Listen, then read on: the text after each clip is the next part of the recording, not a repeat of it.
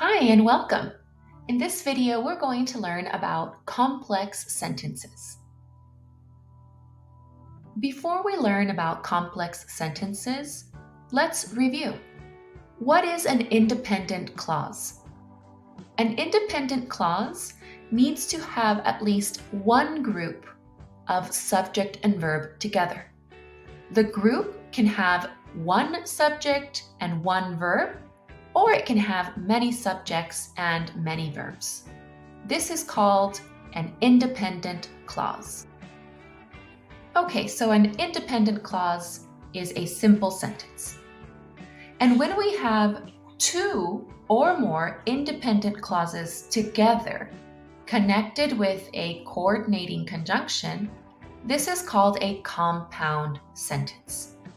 So it's independent clause plus conjunction plus independent clause. This makes a compound sentence. But in this video, we are going to learn about complex sentences. What is a complex sentence? A complex sentence has one dependent clause and one independent clause together in the same sentence.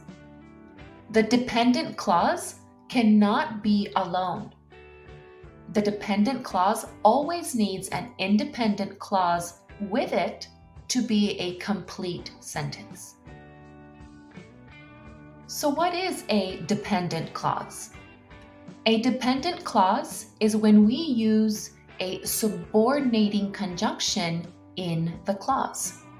That means that we are using words like after, when, if, because, before. When you see these words in a clause, it is probably a dependent clause.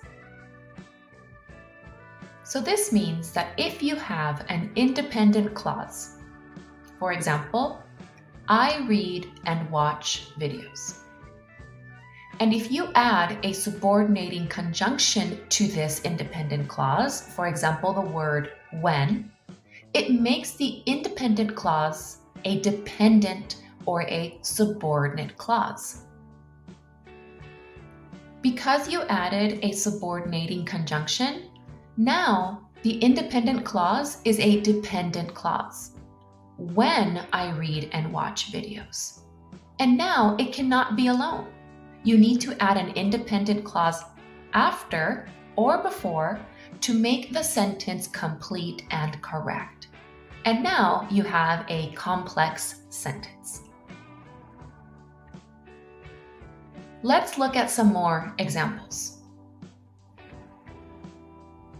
Sentence 1 and 2 have the same information, just provided in different order.